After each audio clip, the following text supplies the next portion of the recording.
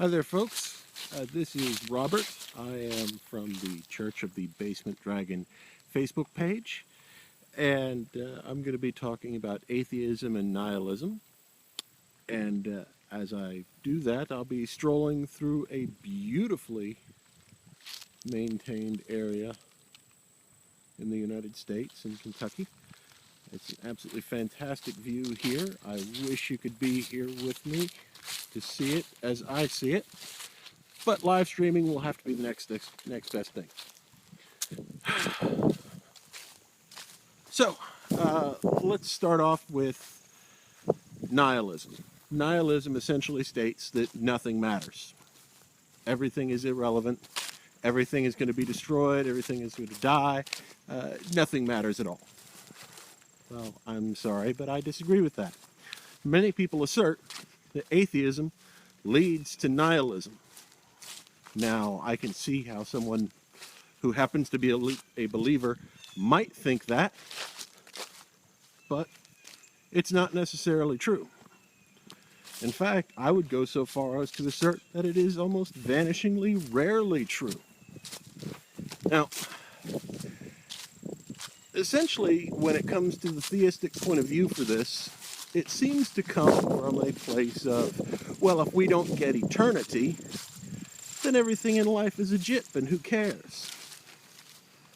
That's pretty much the same approach they take with their moral standards. If there's no God, do whatever you want, and it doesn't matter. Well, it does matter. It matters in the here and now, to the people that you're with, to the people that you're around, to the world that you leave behind. Because even though you will die, presumably there will be more people after you, and what you do echoes down through the years to them. Now, to me, that's reason enough to avoid nihilism. I have a daughter who's 13 years old. I have a little girl who's 9. I have a little boy who's 8. I want to make a world that they're happy to live in. Atheism doesn't lead to nihilism. It just leads you to doing things instead of praying about them. Why on earth should it follow that eternity, not being a thing that we get, necessarily means that nothing at all could possibly matter? It doesn't have to matter for the next 13.8 billion years or however long we're going to last beyond today.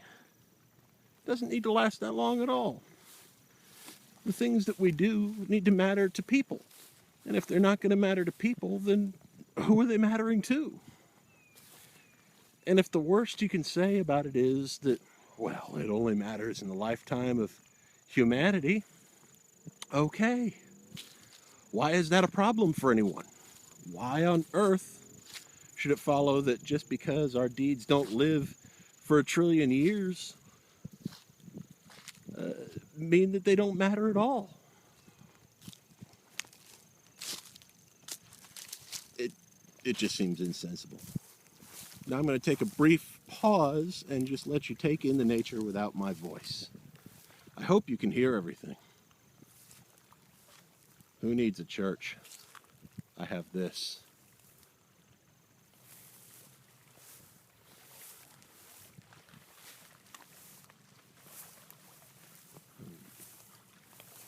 Now,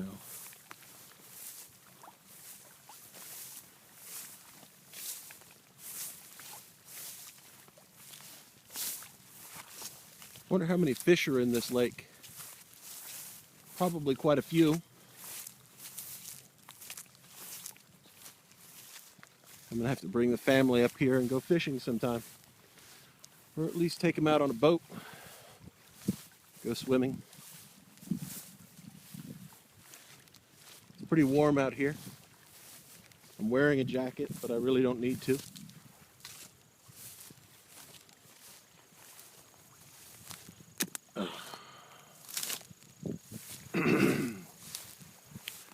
Now, when we talk about how atheism means that nothing matters, what they really mean is that it doesn't matter to a God that doesn't exist. Okay, I'll concede that. If God doesn't exist, then nothing matters to God. If they're asserting, on the other hand, that if we don't believe in God and everything eventually is just going to end, then aren't they just saying that it shouldn't matter to people? Well, that's nonsense. Of course the things we do matter to people. It matters very much to me if somebody steals my car or harms my children. It matters very much to me. I haven't seen these in a long time. It matters very much to me if somebody does something that harms me. It also matters if people do something that helps me. It never fails to amaze me that somebody can assert that atheism leads to nihilism, even while they're using the products of atheists for whom atheism did not lead to nihilism. Facebook, Windows operating systems, computers entirely exist because of a number of atheists who wanted to do something with the lives that they had. To then go forward and assert that atheism leads to nihilism on products that refute the claim seems insane to me.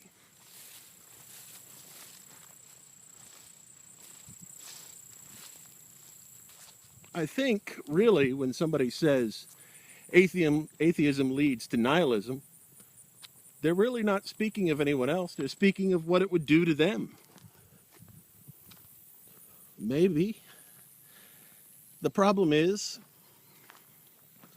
that they are so caught up in their God concept and so caught up in centering their life around their beliefs that they imagine that if they lost those beliefs, lost that faith, that nothing would matter to them. That seems more likely to me.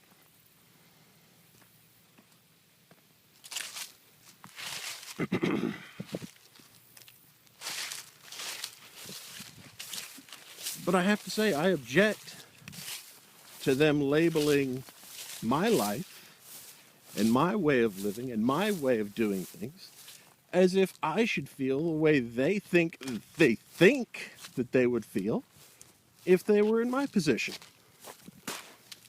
Whoa. Sinks over here a little bit. Get to higher ground. Now,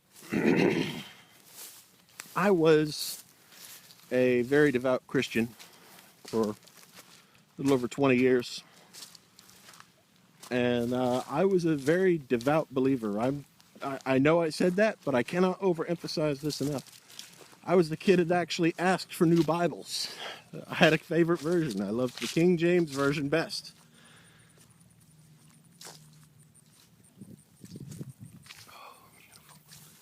And you know, when I left my religion behind, I didn't sink right away into nihilism. And now here it is. I'm almost 40. I'll be turning 39 in a couple of months. And my life is still rich. My life still has value and meaning and purpose. I get up every day ecstatic to be alive. And yes, I'm aware that one day our earth will be gone. And there will probably come a point at which I myself, my name, and things that I did will be forgotten. And it may come about that our species itself vanishes. And even if that doesn't happen, well, the universe will eventually end. And that's going to take everything and everyone that's around with it. But that's okay. It really is. There's nothing to be despairing over. You can make your life matter while you have your life. And you can make the things that you do matter to the people that come after you. And if that's all you've done, then you've done quite a bit of good. Just make it good things that you do to matter in a positive way. You don't have to sink into despair. You don't have to sink into nihilism. And in fact, I'll be perfectly frank here, I don't see any atheists wandering around saying how irrelevant and meaningless their lives are. Now, I'm sure somebody would bring up, oh, the atheist suicide rates. Oh, what was that? Did you see that in the lake? Something popped up and went right back down. I don't know what's living in here. I wonder if that was a duck or something. Maybe it'll pop back up. I'll keep the camera over there.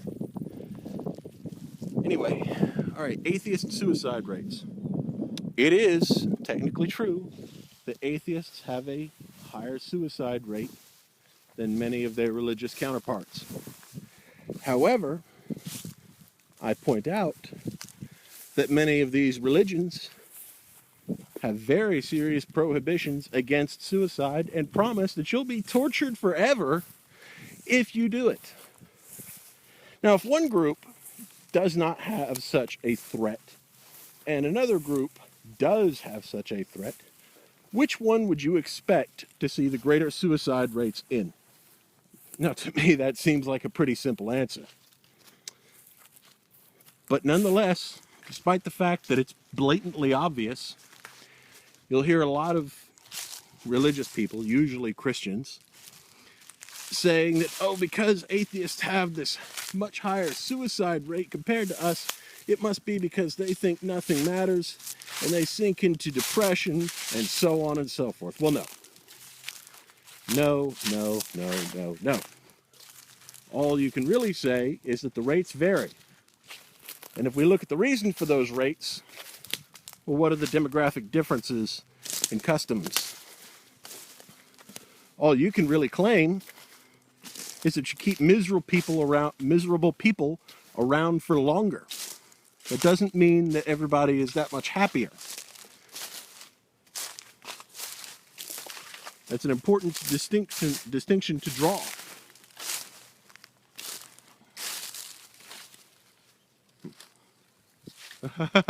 No, it wasn't the Loch Ness Monster, somebody just asked. This is on a military base in the United States. I don't recall the lake name. I'll grab that later and I'll put that on the post. I want to say it was Lake Barnes or something. It's absolutely stunning out here, though.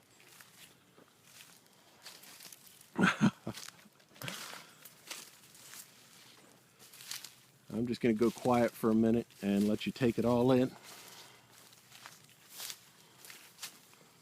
I'll get back closer to the lake. This place is absolutely massive. Let's see here.